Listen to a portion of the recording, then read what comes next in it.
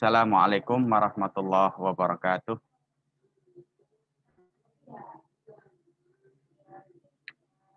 Alhamdulillahirabbil alamin.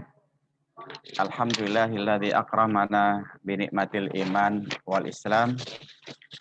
Asyhadu an la ilaha illallah wahdahu la syarikalah wa asyhadu anna Muhammadan abduhu wa rasuluh. Allahumma shalli ala Muhammad ibn Abdillah wa ala alihi wa mawahmabad. Alhamdulillah pada sore hari ini kita bisa lanjutkan kembali kaitannya dengan kajian kita yang ke-6 ya, berkaitan dengan pernek-pernek toharoh ya, khususnya berkaitan dengan wudhu. Ketika Subhanahu wa Ta'ala sudah memberikan satu ketentuan ya,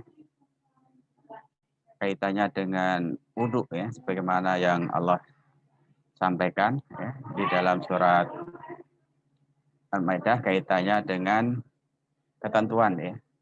Fa idza kuntum junuban fattoharu. Kalau kalian dalam keadaan junub hendaklah bertoharoh. Kemudian berkenaan dengan wudu ya. Allah juga memberikan satu ketentuan.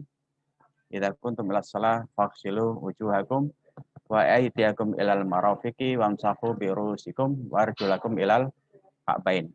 Nah, ini satu hal yang berkaitan dengan landasan kenapa toharoh itu menjadi sesuatu yang sangat penting ya di dalam kaitannya dengan kewajiban untuk melaksanakan ibadah ya.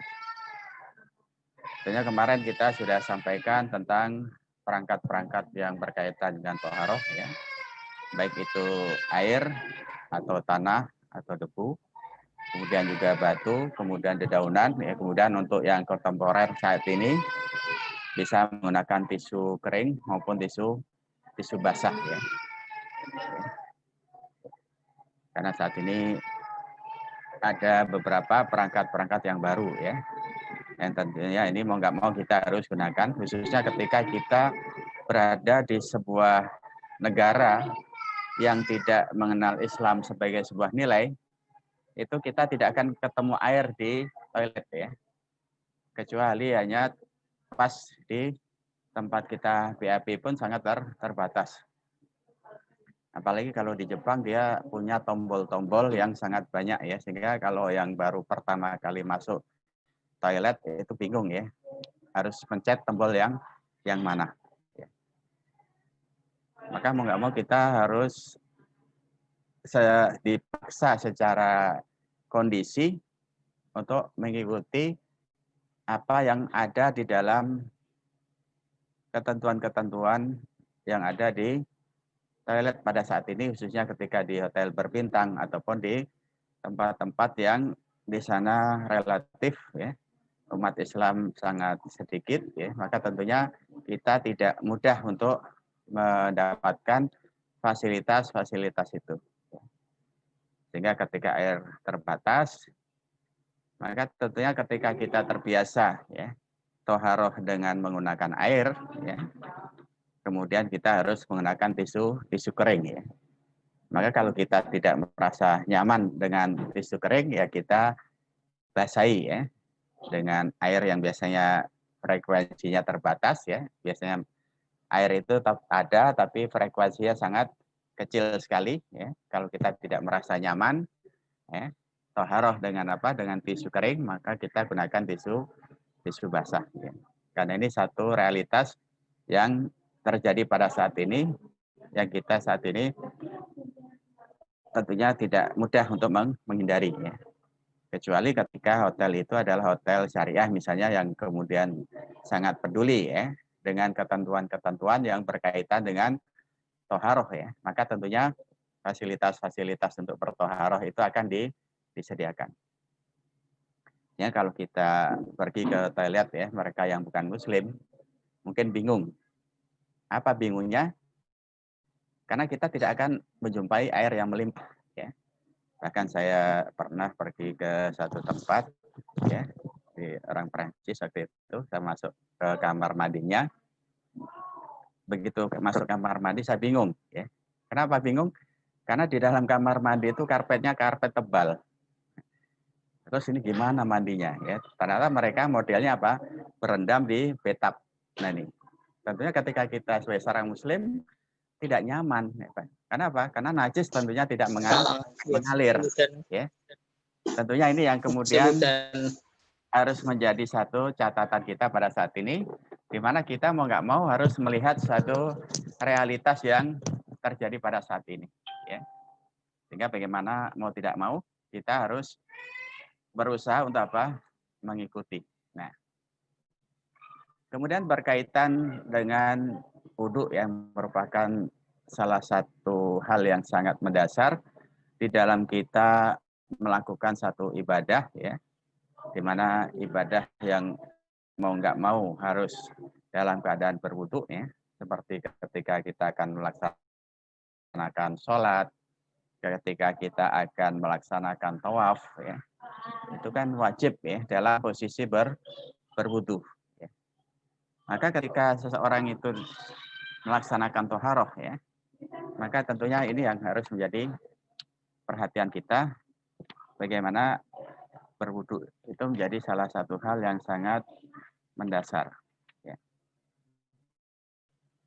Maka ada hal-hal yang berkaitan dengan faraidul wudhu, ya. Sesuatu yang harus, ya, yang harus ada di dalam kita melakukan sebuah ibadah. Ya. Karena niat ini bagian dari apa? Dari rangkaian ibadah yang kita lakukan. Tentunya wudhu ini sesuatu yang sudah sangat jelas, ya. Ya. Wa innama likulli imri'in ma nawa, ya.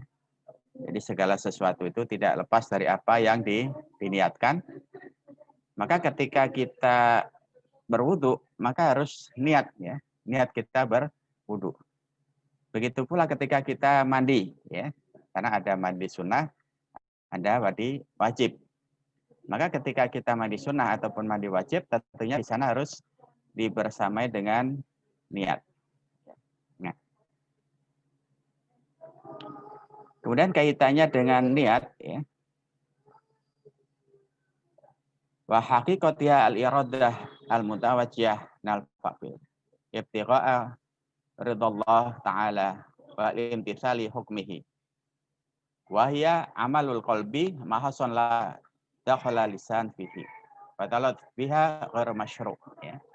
Jadi kalau kita lihat di dalam fikih sunnah disebutkan bahwa hakikat, ya, dari niat itu adalah sebuah kehendak untuk melakukan satu perbuatan, di mana perbuatan itu tujuannya hanya mencari ridha Allah, ya, dengan mengikuti ketentuan-ketentuan yang ada, ya. Maka at-talaffuz biha ghair masru', ya. Jadi mengucapkan di dalam lisan itu tidak harus, ya. Karena apa? Ya. Wahya amal kolbi, karena niat itu adalah amal hati, ya. Dan kaitannya dengan niat ini memang ada khilafiyah, ya. Tetapi secara umum para ulama menyatakan at-talaffuz biha ghairul masyru', ya. Artinya mengucapkan talafut, ya, diniatkan dengan diucapkan itu bukan sesuatu yang wajib, ya. Tetapi niatnya itu wajib, ya. Jadi niat itu wajib, tetapi talafut itu tidak wajib, ya. Kecuali seperti Imam Syafi'i, ya. Itu mewajibkan talafut, tetapi kalau yang lain tidak, ya. Tapi yang paling mendasar bahwa at-talafut itu bukan bagian dari ketentuan yang berkaitan dengan sah tidaknya wudhu, tetapi yang berkaitan dengan sah tidaknya wudhu adalah niat. Nah. Kemudian yang kedua, mengusap wajah, ya. Jadi yang wajib, ya, itu mengusap wajah, ya. Ghuslul wajhi marratan wahidatan, ya. Jadi mengusap wajah itu yang wajibnya adalah satu kali. Begitu juga ghuslul yadaini ilal mirfaqaini, ya. Kemudian membasuh kedua tangan sampai siku, ya.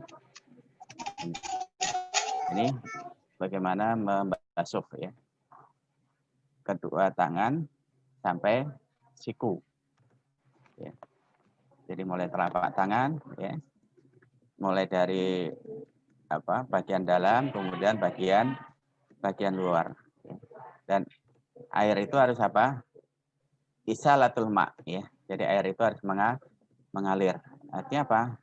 Dari telapak tangan sampai ke siku. Ya. Wa yadkhulul mirfaqani fi ma yajibu ghusluhu wa hadha wa mutarad. Ya. Jadi apa yang disampaikan oleh Nabi bahwa membasuh kedua tangan itu sampai siku. Ya. Kemudian yang keempat adalah mashu ra's, ya. Mengusap kepala. Kemudian seberapa banyak ya kaitannya dengan mengusap kepala, ya.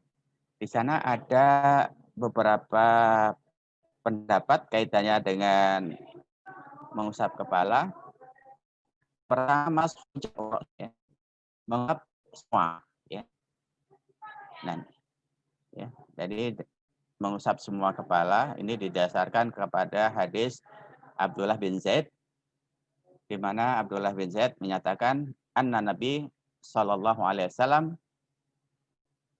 masaha ra'sahu yadai faqbala bihima wadbaro. Bada'a bi muqaddami ra'si thumma dhaba biha ila qafahu thumma raddaha ila al-makanil ladzi bada fihi. Jadi kalau kita mengusap ya, ini mulai dari muqaddam. Muqaddam itu awal tumbuh rambut ya. Jadi muqaddam ya. Kemudian diusap ke belakang ya. Ini yang pendapat dari Abdullah bin Zaid. Kemudian balik lagi. Ya. Jadi dari muqaddam ini dari apa? Dari awal tumbuh rambut ke belakang. Kemudian balik lagi. Nih. Kemudian yang kedua yang disampaikan oleh Amr bin Umamah ya. Qala ra'aitu Rasulullah sallallahu alaihi wasallam yamsahu ala imamatihi wa khuffihi. Rawahu Ahmad wal Bukhari. Ya. Jadi Rasulullah mengusap imamah ya. Imamah itu sorbannya. Nah, ini dari hadis yang disampaikan oleh Amr bin Umayyah. Kemudian yang ketiga mashu ala nasyah. Ya. Jadi mengusap ya bagian ya dari imamah ya sorban. Ya. Kemudian juga di dalamnya. Jadi ada dua. Ya. Kemudian ada keterangan ya. Walam yahfat anhul iqtisar ala masubak duroksi. Ya. Baikkan atau zahirul ayah yaktadihi kama taqaddam. Ya. Nah, kemudian ada pendapat yang menyatakan bahwa tidak semua ya, tapi sebagian ya. Nah, mengusap sebagian ini memang kemudian ada beberapa pendapat ya. Ada menyatakan bahwa sebagian itu adalah thulutsu sya'ri, sepertiga kepala ya. Jadi sepertiga kepala itu diusap. Kaitannya dengan sepertiga kepala ya. Itu misalnya ketika ada seorang akhwat ya berwudu di tempat terbuka yang tidak mungkin untuk untuk melaksanakan mengusap itu sampai sempurna ya, maka dibenarkan mashu thuluts ya, sepertiga ya. Dan ini juga berlaku untuk yang lain ya, tidak hanya akhwat ya. Jadi juga yang lain diperbolehkan untuk mengusap mashu ba'dur ro'si ya, mengusap sebagian kepala ya. Jadi ada pendapat yang menyatakan seluruhnya seperti yang disampaikan oleh Amr bin Umayyah. Kemudian juga ada yang menyatakan bahwa Rasulullah mengusap sebagian ya, sebagian kepala. Ini kaitannya dengan persoalan mengusap. Ya. Maka ketika kita melihat apa yang pernah disampaikan oleh Rasulullah, ihtar aisarohuma illam yakun isman. Jadi Rasulullah berpesan ya, kepada umatnya, ambil dariku ya kalau ada beberapa dalil atau beberapa riwayat yang disampaikan oleh Rasulullah, aisarohuma, pilih yang lebih mudah, illam yakun isman, kalau itu bukan sesuatu dosa. Akhirnya kita diberi pilihan ya, mana yang lebih nyaman untuk kita. Ya, artinya ketika di sana ada beberapa riwayat ya, karena di dalam fikih kita akan temukan tidak satu hadis ya. Nah, banyak hadis. Maka ketika kita kemudian melihat dari beberapa dalil yang ada, maka kita diberi kebolehan memilih ikhtar aisarohuma. Kita pilih mana yang lebih mudah ya. Tentunya Allah sudah menyatakan yuridullahu bikumul yusra wala yuridu bikumul usra. Allah berikan kemudahan, tidak berikan kesulitan. Maka ketika ada sesuatu hal yang berkaitan dengan dalil, maka kita diberikan pilihan ya. Tetapi ketika kita sudah memilih, kita tidak boleh berganti-ganti. Hari ini ngambil pendapatnya ini, besok ngambil pendapatnya ini. Ya. Jadi tidak boleh, harus iltizam dengan apa yang kita yakini. Ya. Ini kaitannya dengan apa? Mengusap. Ya. Kemudian Rasulullah rijlaini ma'al ka'baini. Ya. Jadi bagaimana masuk ya kedua telapak kaki sampai mata kaki. Ya. Tentunya tertib ya, tidak boleh kemudian kaki dulu, kemudian tangan atau sebaliknya. Ya. Dan ini didasarkan kepada satu riwayat ya, dalam suatu hal yang sifatnya umum, Rasul pernah menyatakan, abda'u bima bada'allahu bihi.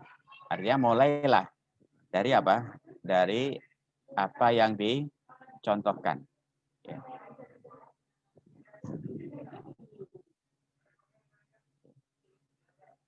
Maka Rasulullah kemudian menegaskan, annahu tawadda illa murattiban. Ya. Bahwa Rasulullah itu ketika berwudu, maka beliau berwudunya secara tertib. Nah, ini. Ya.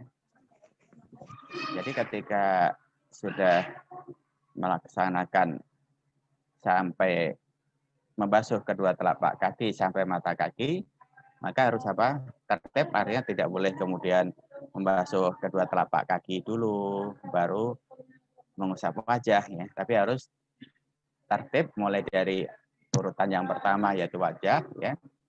Kemudian yang kedua telapak tangan sampai siku, kemudian kepala, kemudian telapak kaki sampai mata kaki. Itu ketika dalam situasi dan kondisi yang kita tidak dimungkinkan untuk melaksanakan sunah-sunahnya. Misalnya kita dalam kondisi musafir, bepergian, dan kita hanya memiliki air ya, yang sekedarnya. Ya. Maka dibolehkan untuk berwudu dengan mengusap 4 bagian. Ya, mengusap wajah, kedua telapak tangan, mengusap kepala, kemudian membasuh kedua telapak kaki, dan itu cukup dilakukan satu kali. Ya. Karena didasarkan pada apa yang disampaikan oleh Allah di dalam surat Al-Maidah ayat 6 ya. Lakuntum ila shalah faghsilu wujuhakum wa aydiyakum ilal marafiqi wamsahu bi ru'usikum wa arjulakum ilal ka'bain ya. Maka ketika dalam kondisi tertentu kita bisa berwudu dengan 1 gelas air ya. Ketika memang kondisinya sangat terbatas ya. Maka dibenarkan untuk apa? Untuk berwudu dengan 1 gelas air dengan apa? Dengan membasuh atau mengusap masing-masing satu kali. Ya. Wajah 1 kali, kemudian membasuh kedua tangan sampai siku 1 kali, mengusap kepala 1 kali, kemudian membasuh kedua telapak kaki sampai mata kaki 1 kali. Ya. Ini tentunya ketika kita tidak ada kemampuan untuk melaksanakan sunnah-sunnah dari wudhu. Nah, ya. Maka kalau kita kembali kepada istilah sunnah dan wajib, hakikatnya sunnah itu bagian dari apa? Dari wajib. Kenapa sunnah itu bagian dari wajib? Ibaratnya kita menambal, tentunya ketika kita akan menambal baju kita yang robek, tentunya tidak akan menggunakan baju yang sama, yang kemudian kita potong. Biasanya kita akan mengambil kain yang lain. Maka ibadah yang sunnah itu adalah ibadah dalam upaya untuk menutup kekurangan ibadah-ibadah yang wajib. Kaitannya dengan wudhu. Misalnya ketika kita wudhu belum sempurna, maka kita jalankan sunnah-sunnahnya. Fungsi sunnah melengkapi wajibnya wudhu. Nah, maka hakikatnya antara sunnah dengan wajib itu bukan sesuatu yang terpisah. Meskipun secara fikih deskripsinya kalau yang sunnah itu dilaksanakan mendapatkan pahala, kemudian kalau tidak dilakukan tidak apa-apa. Secara deskripsi fikih seperti itu. Tapi kalau kita melihat makna ibadah secara utuh, ya kita harus menjalankannya secara lebih komprehensif. Artinya bagaimana kemudian kita tidak terpaku dengan hal-hal yang wajib saja. Karena belum tentu yang wajib kita lakukan itu sempurna. Misalnya kita berpuasa, belum tentu puasa wajib kita misalnya di bulan Ramadan itu sempurna. Maka kemudian kita menambahi dengan amalan-amalan sunnah. Jadi amalan-amalan sunnah itu fungsinya apa? Fungsinya untuk menutup kekurangan yang terjadi pada kita ketika kita melaksanakan amalan-amalan wajib. Sholat wajib, begitu juga ketika kita menjalankan sholat sunnah, fungsinya melengkapi kekurangan kita ketika kita melaksanakan sholat sunnah. Nah, saya rasa ini yang harus kita pahami, bahwa hakikatnya antara sunnah dengan wajib itu bukan sesuatu yang terpisah, tapi sesuatu yang saling menguatkan. Ketika wajib itu ada kekurang sempurnaan, maka kita punya stok. Stok kita dengan apa? Ibadah-ibadah sunnah. Ketika puasa wajib kita kurang sempurna, kita sempurnakan dengan puasa sunnah. Sholat wajib ada kekurangannya, maka kita sempurnakan dengan sholat sunnah. Maka di situ tidak ada pemisahan antara sunnah dengan wajib. Kemudian berkaitan dengan hal-hal yang sunnah, yang wajib ini cuma 4 ini mengusap wajah, membasuh kedua tangan sampai siku, kemudian mengusap kepala dan membasuh kedua telapak kaki sampai mata kaki. Nah, kemudian kaitannya dengan sunnah, tentunya membaca basmalah. Rasulullah sudah sampaikan, kullu amalin la yubda'u bi bismillahi aqsa. Setiap amal perbuatan yang dilakukan ketika tidak diawali dengan basmalah, menyebut nama Allah, bahaya aqsa atau abtar, artinya sia-sia. Nah, dalam membaca basmalah kita harus melihat kondisinya di mana. Kalau kita di tempat wudhu tidak ada masalah. Tetapi kalau kita berada di kamar mandi tentunya tidak diperbolehkan, sehingga kita cukup niat kita di dalam hati. Kemudian yang kedua adalah siwak. Kata dasarnya itu adalah adil kul asnan bidzalika al-aud au nahwahu min kulli khashan tunadzifu bihil asnan. Jadi yang dimaksud dengan siwak itu menggosok gigi. Agar apa? Agar gigi itu bersih.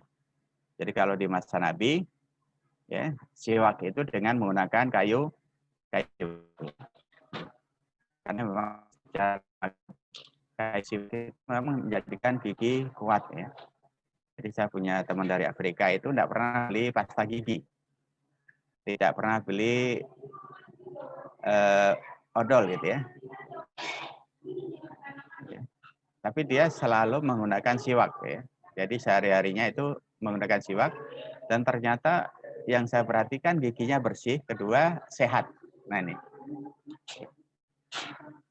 yang kemudian disampaikan oleh Rasulullah ya, kaitannya dengan siwak di dalam riwayat ya yang disampaikan oleh Abi Hurairah ya, di mana Abi Hurairah menyatakan anna Rasulullah sallallahu alaihi wasallam qala laula an asyqa ala ummati la martahum bisiwaki inda kulli wudu ya, rawahul Malik wa Syafi'i wal Baihaqi wal Hakim ya.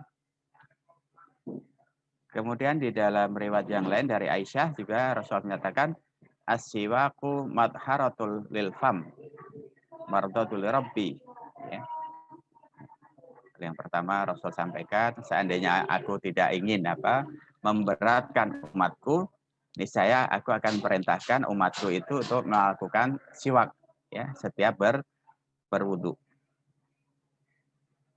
Kemudian dari hadis Aisyah menguatkan lagi apa yang dikatakan oleh Rasulullah, as-siwak madharatul lil fam ya, bahwa saya dengan siwak itu akan membersihkan mulut kemudian mendapatkan ridho dari Allah. Jadi ini sesuatu yang disunahkan ya, siwak. Kemudian siwak itu juga disunahkan dalam berbagai macam hal. Misalnya di samping wudhu, juga ketika sholat, ketika membaca Al-Quran, ketika bangun dari tidur, ya, ketika terjadi perubahan gigi, ya. Kemudian ketika kita berpuasa sampai awal nahar. Akhirnya apa?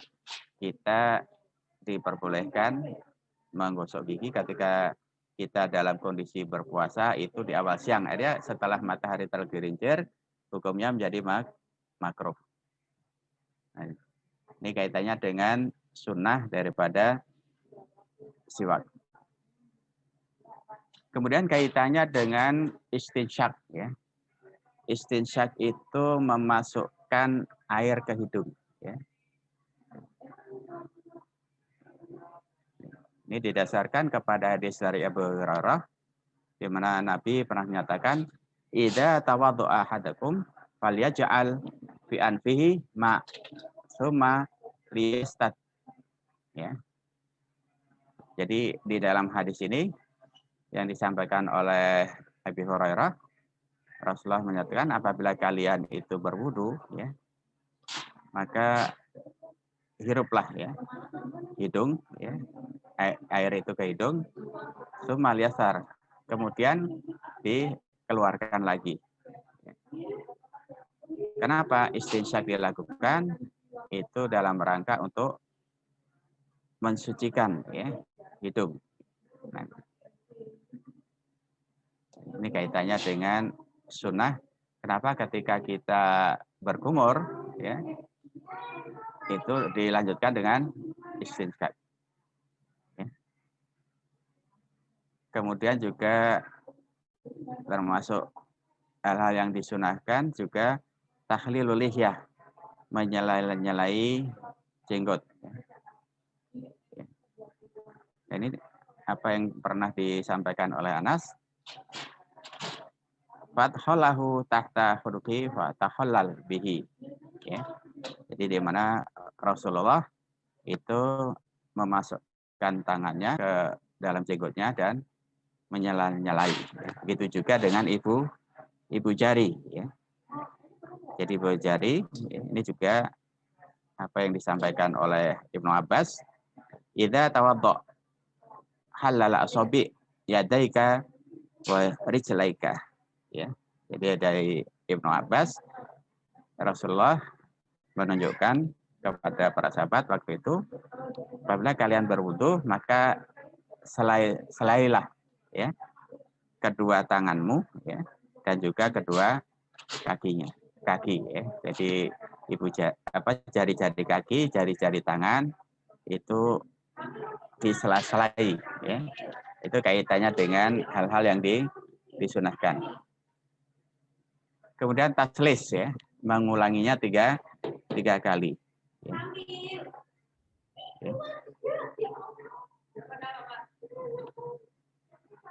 Jadi waktu itu ada seorang badui datang kepada Nabi, kemudian bertanya tentang wudhu. Farahu salasan. Hadza al-wudu. Nah, ya, jadi ketika badui tadi bertanya kepada Nabi, kemudian Nabi sampaikan seperti ini 3 kali. Nah, ini kaitannya dengan apa? Dengan sunnahnya berwudu, ya, dengan mengulangi 3 kali. Kemudian kaitannya dengan tayamun, ya. Tayamun itu mengawalinya dari sebelah kanan, ya. Dan ini disampaikan oleh Rasulullah dari Aisyah, karena Rasulullah sallallahu alaihi wasallam yuhibbut tayamun bi ta'na'ilihi wa tarjulihi wa tuhurihi wa fi sya'ni kullih muttafaqun alaih. Ya, jadi apa yang disampaikan oleh Aisyah ya, kaitannya dengan apa yang dilakukan oleh Rasulullah ya, bahwa Rasulullah itu selalu mendahulukan bagian anggota yang sebelah kanan, apakah ketika memakai sendal, apakah ketika berjalan, apakah kita bersuci ya, bahwa dia atau Rasul ini melakukan sesuatu di dalam segala hal diawali dari sebelah kanan ya. Karena kita ada menjumpai orang yang berwudu itu apa selang-seling ya. Ya, kanan dulu habis itu kiri, kanan kiri. Nah, jadi kalau ikut apa yang disampaikan oleh Rasulullah ya. Jadi tayamun akhirnya dimulai dari anggota yang sebelah kanan ya. Jadi kita masih jumpai orang yang berwudu itu selang-seling kanan kiri. Jadi kalau kita kembali kepada apa yang dicontohkan oleh Rasulullah itu mengawalinya dengan anggota yang sebelah kanan. Ya. Jadi sebelah kanan itu bagian dari yang disunahkan. Begitu juga adilku ya, menggosok ya. Menggosok itu adalah sesuatu yang sunnah ya, bukan wajib ya. Kalau wajibnya tadi hanya 4 ya. Ya wajibnya itu dari mengusap muka, kemudian membasuh kedua tangan sampai apa? Sampai siku ya, kemudian mengusap kepala, kemudian membasuh kaki sampai mata kaki ya, itu wajib ya. Kemudian adilku menggosok itu adalah sesuatu yang disunahkan. Begitu pula maskul udunain ya, mengusap telinga itu juga bagian dari sunnah. Kaitannya dengan membasuh telinga itu memang ada beberapa riwayat ya. Maka silahkan ya, mau sekali karena tadi kaitannya dengan mengusap kepala tadi kan ada yang dari depan ke belakang, kemudian habis itu balik lagi, kemudian sekaligus mengusap daun telinga ya. Atau terpisah. Maka silahkan untuk mengambil hal yang lebih mudah untuk dilaksanakan. Kemudian mualah ya. Mualah itu berurutan. Artinya tidak boleh disela-selai ya. Jadi tidak boleh kemudian berhenti dulu, lanjut lagi, berhenti lagi ya. Jadi mualah itu berurutan dan nyambung. Ya, artinya tidak disela-selai yang lain ya. Jadi ketika kita berwudu harus berurutan dan terus bersambung. Ya. Jadi tidak boleh disela-selai yang lain. Ya. Kemudian al-ittisad fil ma' ya. Bagaimana menghemat ya di dalam penggunaan air. Karena Rasulullah sendiri memang pernah melakukan wudu dengan apa? Satu sok ya, satu tempat kecil air ya. Karena Nabi sallallahu alaihi wasallam yahtasilu biso'in ya. Jadi Rasulullah pernah berwudu dengan satu sok air. Artinya apa? Satu tempat ya. Ada ukuran apa? Ukuran untuk air atau untuk kurma itu satu sok. Itu yang dilakukan oleh Rasulullah. Artinya apa? Artinya Rasulullah melakukan wudu dengan air yang terbatas. Kemudian berkenaan dengan doa ya, maka doa ada yang dilakukan ketika melaksanakan wudhu, ada yang dilakukan sesudah berwudhu. Ya. Ya. Tapi kaitannya dengan doa ketika berwudhu memang tidak ada riwayat-riwayat yang memberikan deskripsi secara lebih detail ya. Cuma ada satu riwayat dari Abi Musa al-Asy'ari ya, di mana Rasulullah berdoa waktu itu, Allahumma firli dambi wa wasi'li fi dari wa barikli fi rizki. Ya. Ini apa yang pernah dilakukan oleh Rasulullah tatkala beliau sedang berwudu ya. Jadi ada doanya, Allahumma firli li dambi wa wasi'li fi dari wa barikli fi rizki. Ya Allah, ampunilah dosaku, lapangkanlah rumahku, dan berkailah rezekiku. Ya. Ya, jadi kalau pas berwudu, ini yang pernah disampaikan oleh Rasulullah ya, dari hadis yang disampaikan oleh Habib Musa al-Asy'ari. Ya. Jadi hadisnya simpel, Allahumma firli dambi, Allah ampunilah dosaku, wawasi fidari, lapangkanlah atau luaskanlah rumahku, wabarikli firki, dan berikan keberkahan rezekiku. Kemudian tentunya doa ya, doa yang bisa kita panjatkan ketika kita selesai mengucapkan wudu ya. Asyhadu an la ilaha illallah wahdahu la syarikalah wa asyhadu anna Muhammadan abduhu wa rasuluh ya. Fatahtu lahu abwabal jannah ya. Ya. Jadi ketika seseorang itu berdoa ya, kemudian Allah akan bukakan ya pintu surga. Jadi di sana ada beberapa riwayat ya. Ya. Ada yang kemudian berdoa, Allahumma ja'alni minat tawabin waj'alni minal mutatahhirin. Ya. Ada yang berdoa begitu. Ya. Jadi silakan doa-doa yang kita sudah biasa ya. Kemudian juga sholat ya, rakaataini. Ya. Jadi juga sunnah untuk apa? Melaksanakan sunnah wudhu ya. Jadi ketika kita selesai berwudhu, maka ketika kita di masjid banyak hal yang bisa kita lakukan. Misalnya satu, melaksanakan sunnah rakaataini wudhu. Kemudian sesudah itu sholat tahiyatul masjid. Kemudian nanti sholat sunnah lagi qobliyah. Ya. Jadi dalam satu waktu itu ada 3 sholat yang bisa kita lakukan. Sholat sunnah wudhu. Kemudian yang kedua sholat sunnah ya, tahiyatul masjid. Kemudian yang ketiga sholat sunnah yang berkenaan dengan sholat rawatib. Ya. Ini hal-hal yang berkaitan dengan sunnah daripada wudhu. Barangkali ini beberapa hal yang bisa saya sampaikan kaitannya dengan pernik-pernik bertoharoh dengan wudhu. Ya. Sehingga bagaimana kita berusaha untuk mencermati kembali bagaimana tata cara kita berwudhu. Sudahkah sesuai dengan apa yang dicontohkan oleh Rasulullah? Ya. Mulai dari muka ya. Mulai dari awal tumbuh rambut sampai bawah ya, sampai jenggot. Kalau yang punya jenggot itu adalah muka ya.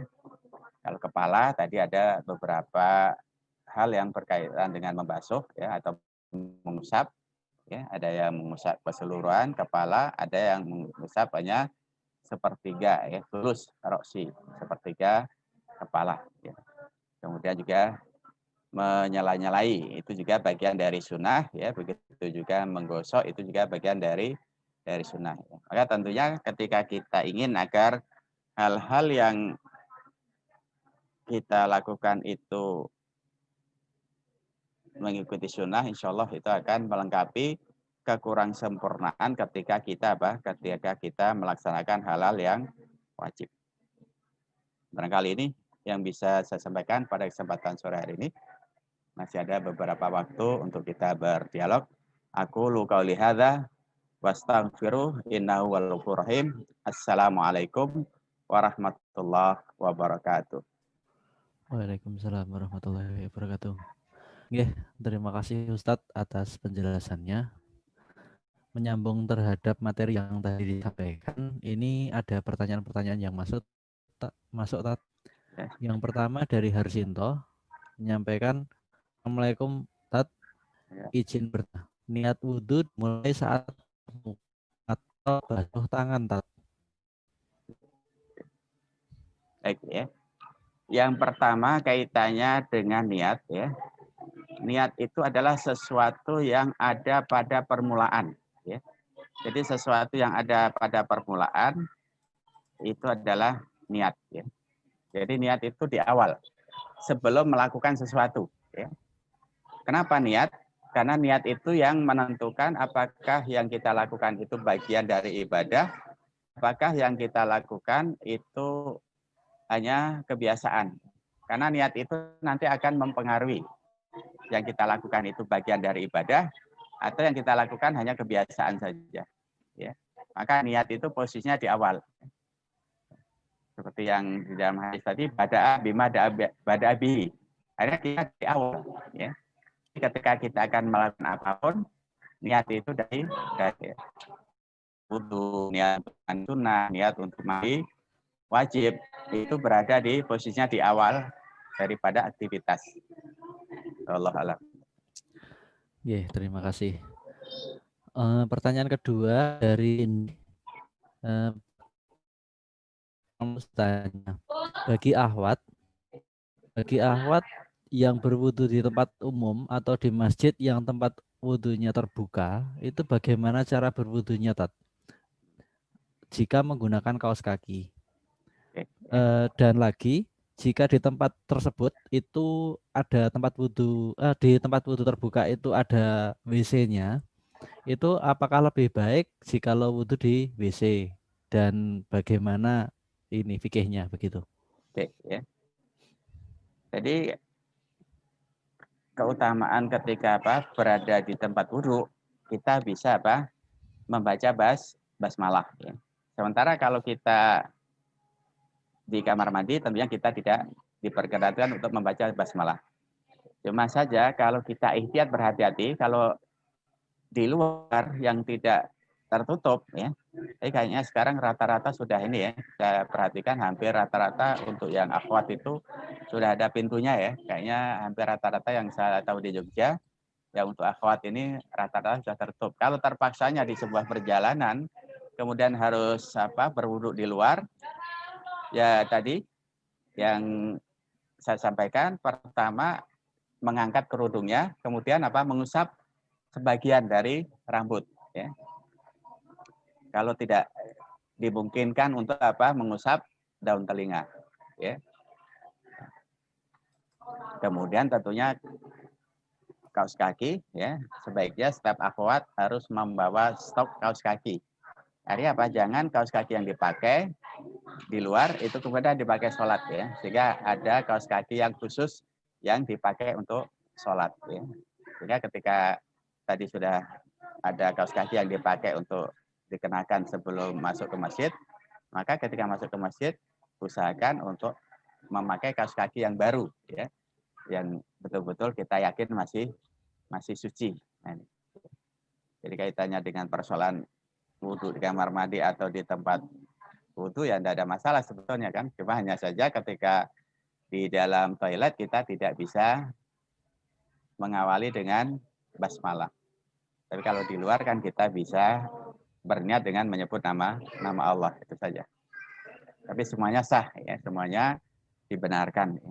Untuk akhwat apalagi karena persoalan menjaga fitnah ya.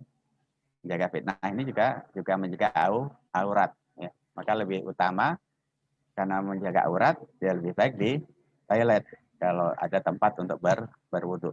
Wallahu alam. Terima kasih. Ini lanjutan Tat dari Yonatan. Ustadz izin bertanya, jika kita safar di sini naik gunung, mana yang lebih baik antara kita berwudu dengan embun yang ada di pepohonan ataukah bertayamum Tat?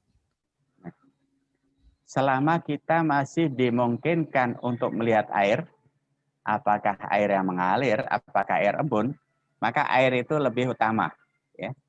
Jadi kalau kita naik gunung, ada titik-titik air, ya kita cukupkan dengan menggunakan yang tadi, meskipun tidak harus berwudu. Jadi cukup kita ambil ya embun tadi atau kelembapan di daun, kemudian kita ambil untuk mengusap muka, ya, kemudian mengusap kedua tangan sampai siku, kemudian mengusap kepala, kemudian mengusap kaki ya. Jadi kalau kondisi seperti itu bisa dicukupkan dengan mengusap 4 tadi. Wajah, kemudian kedua telapak tangan sampai siku, kemudian mengusap rambut dan membasuh kedua kaki ya. Dalam kondisi seperti itu dibolehkan. Cukup membasuh yang wajib saja. Ya, jadi tidak masalah. Tapi kalau tidak ada sama sekali air itu baru dibenarkan untuk tayamum. Ya. Jadi syarat untuk tayamum itu betul-betul tidak ada sama sekali. Ya, kalau masih ada embun, maka kita berwuduk dengan embun. Oke, terima kasih Tat. Itu sekaligus juga menjawab pertanyaan terkait wudhu dengan segelas air, dengan teknisnya bagaimana begitu. Menindaklanjuti pertanyaan yang masuk terakhir ini dari Bagus Santoso. Izin bertanya, apa saja keutamaan selalu menjaga wudhu Tat, untuk setiap saat menjaga wudhu itu, agar kita termotivasi untuk selalu menjaga wudhu. Oke. Jadi ketika kita dalam posisi menjaga wudhu ya, ini memang bukan sesuatu yang mudah ya. Dan sahabat Ali radhiallahu an ya, sosok yang masya Allah ya, selalu berada dalam posisi menjaga wudhu ya. Bahkan kalau kita lihat dalam kisah-kisah sahabat, itu ada yang sahabat itu hampir 40 tahun kalau nggak salah, itu dalam posisi berwudhu. Kenapa? Karena dia terus ya memperbarui wudhu ya, sampai mau tidur juga wudhu, bangun tidur juga wudhu ya, sehingga hidupnya selalu dalam kondisi suci. Kemudian bagaimana hikmahnya kalau kita selalu dalam posisi taharah suci, maka kita menghadap Allah dalam posisi suci. Nah, ketika kita menghadap Allah dalam posisi suci, tentunya berbeda penilaiannya di sisi Allah dengan orang yang tidak memperhatikan hal-hal yang berkaitan dengan kesucian. Nah, apalagi Allah sudah sampaikan, innallaha yuhibbul mutatahhirin. Allah sangat menyukai orang-orang yang suka bersuci. Nah, otomatis ini menjadi salah satu hal yang mendapatkan kasih sayang Allah. Orang yang senantiasa menjaga wudhu ya. Karena ini memang bukan sesuatu yang mudah ya. Tapi kita upayakan, pokoknya kita keluar kamar mandi ya, meskipun kita tidak melakukan apapun, ya kita berwudhu. Kalau itu sudah menjadi kebiasaan, maka itu akan menjadi sesuatu hal yang sudah refleks gitu ya. Apakah kita dari buang air, apakah kita dari buang hajat, ya. Sehingga kita keluar posisinya dalam kondisi berwudhu, insya Allah ya, ketika nanti dipanggil Allah, posisi kita posisi suci, dan ini bukan sesuatu yang mudah ya. Ya saya kalau pas lagi ingat, kadang-kadang kalau nggak ingat ya nggak wudhu, tapi kalau pas lagi ingat ya biasakan ya. Kalau yang selalu itu, hampir selalu itu ketika habis mandi itu hampir lah selalu berwudhu. Ya, alhamdulillah. Ini Tat dikonfirmasi lagi, ternyata detail. Kita pengen penjelasan detail. Jadi izin bertanya Tat, bagaimana teknisnya berwudu jikalau yang ada itu hanya segelas air? Apakah asal basah saja dengan air seadanya tersebut begitu? Ya. Jadi apa yang pernah disampaikan oleh Rasul ya, bahwa Rasulullah itu berwudu ya bidil ya, dengan satu cawan gitu ya, satu cawan air. Kemudian bagaimana caranya agar kita bisa manfaatkan? Satu, kita tuangkan air ke telapak tangan ya. Ya. Untuk tuangan yang pertama kita usapkan ke muka ya. Baru kita tuangkan lagi ya.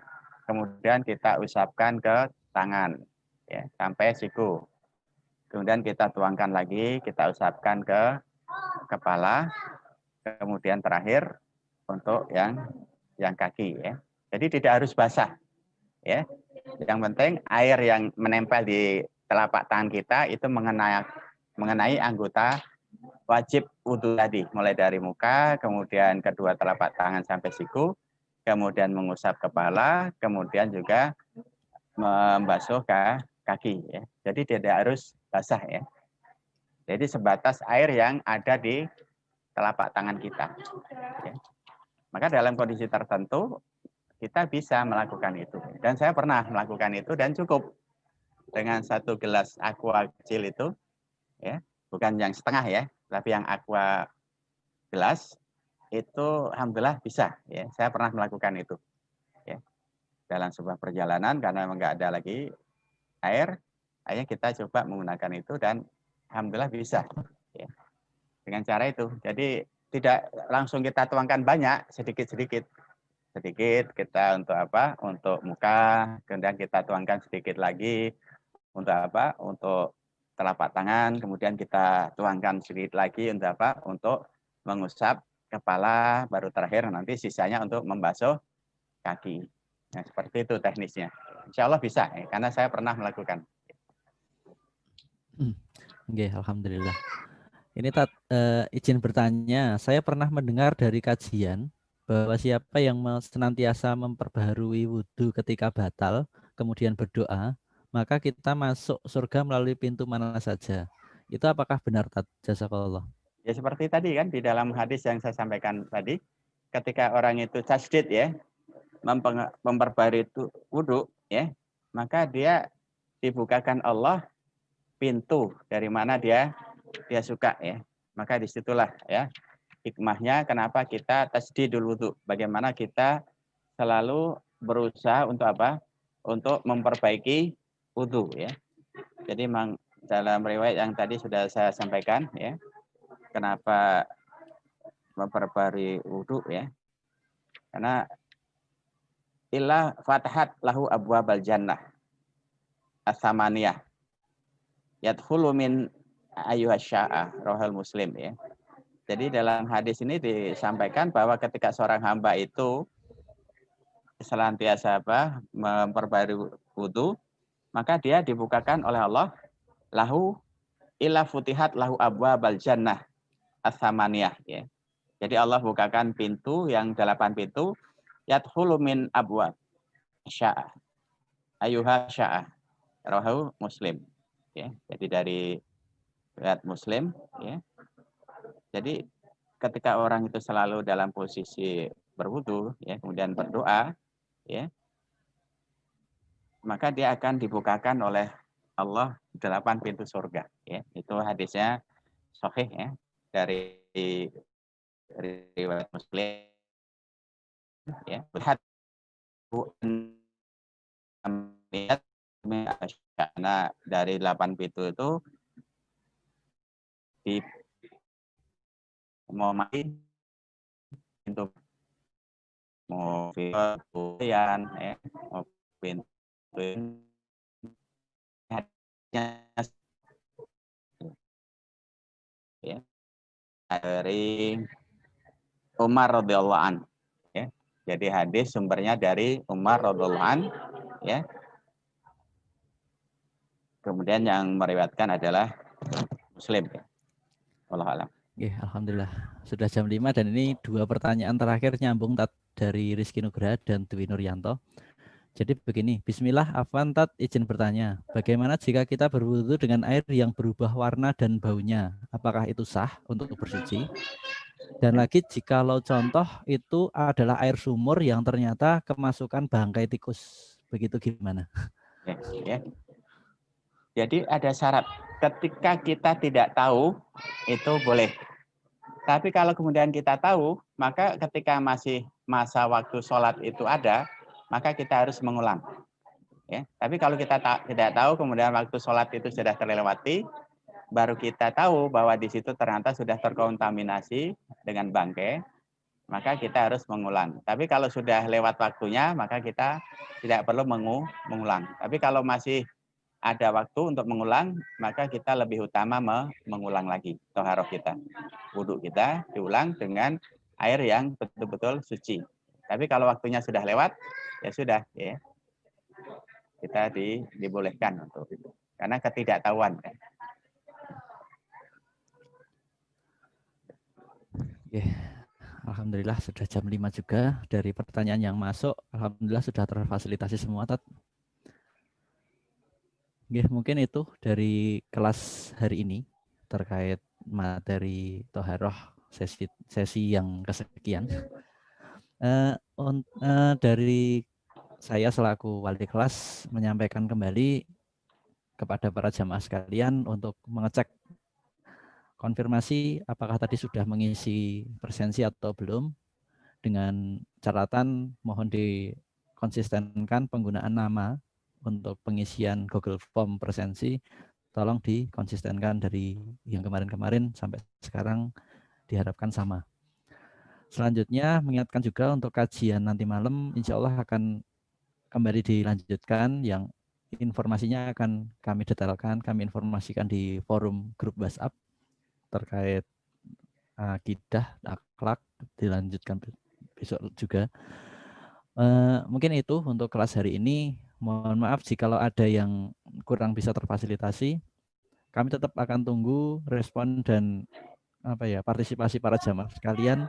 Jikalau ada pertanyaan atau materi yang diharapkan disampaikan oleh Ustadz, silahkan disampaikan di forum WhatsApp agar nantinya kami bisa sampaikan kepada para ustadz-ustadz yang membersamai kelas di IKD ini. Mungkin itu dari saya selaku wali kelas. Mari kita tutup forum kita di sore hari ini dengan bacaan hamdalah dan doa kafaratul majelis bersama-sama. Alhamdulillahirabbil alamin. Subhanakallahumma bihamdika asyhadu alla ilaha illa anta astaghfiruka wa atubu ilaik.